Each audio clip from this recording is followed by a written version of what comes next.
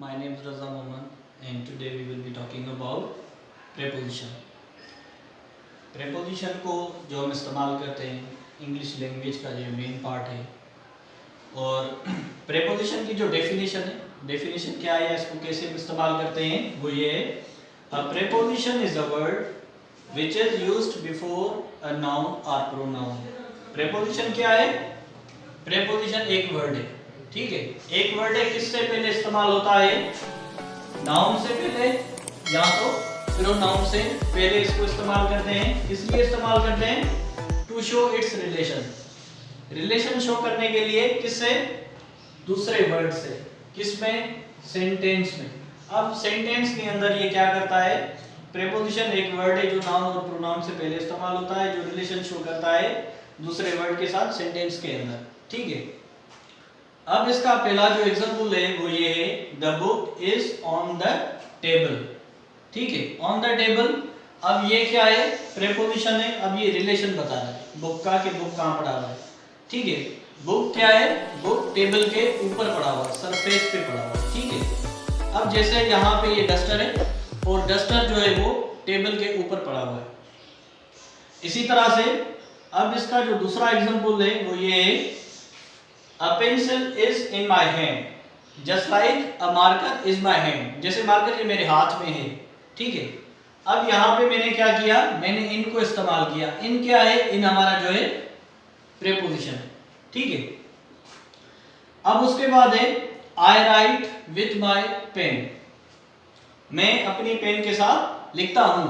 अब यहाँ पे प्रीपोजिशन क्या है? with। अब with क्या इस्तेमाल हो रहा है? as an instrument, ठीक है। तो इसके जरिए मैं लिख रहा हूं, तो इसलिए ये जो है प्रीपोजिशन हो गया। उसके बाद दूसरा एग्जांपल है, he lives in मिठियानी, ये मिठियानी में रहता है, ठीक है। अब इनको इस्तेमाल किया गया है। अब इनको कैसे इस्तेमाल करते हैं? या तो टाइम पीरियड में करते हैं या तो बिग प्लेस के लिए इस्तेमाल करते हैं। अब बिग प्लेस के लिए कैसे? यहाँ पे जैसे इनका इस्तेमाल मैंने बताया है, इसके बारे में क्या बोल रहा है कि in is used for big places. किसके लिए इस्तेमाल करते हैं? बिग प्लेसेस के लिए और टाइम पीरियड के लिए, ठीक है, इनके लिए इस्तेमाल होता है। अब उसके बाद इसका जो पहला एग्जांपल है वो ये है, ही वाज बर्न इन हैदराबाद, ये हैदराबाद में पैदा हुआ था, ठीक है। अब यहाँ पे क्या शो कर रहा है? Big place. बिग प्लेस कौन सी है? हैदराबाद, ठीक है। तो हैदराबाद नाउन है, ये आप समझ सकते हैं। She will come here in 3 months, in 3 minutes. She will come here in 3 minutes. वो यहाँ पे 3 मिनट में आएगी। अब कब आएगी? 3 मिनट में। अब 3 मिनट क्या है? टाइम पीरियड है ना, ठीक है। अब उसके बाद इनटू का हम पढ़ेंगे कि इनटू को हम कैसे इस्तेमाल करते हैं। अब इनटू का सबसे पहले हमें डेफिनेशन पता होनी चाहिए कि क्यों इस्तेमाल करते हैं। तो इसकी डेफिनेशन या यूजेज ये है, into is used for movements, movements के लिए इस्तेमाल होता है towards the inside of anything, movement के लिए इस्तेमाल करते हैं। लेकिन movement कौन सी? कोई चीज है किसी चीज के अंदर जा रही है, ठीक है।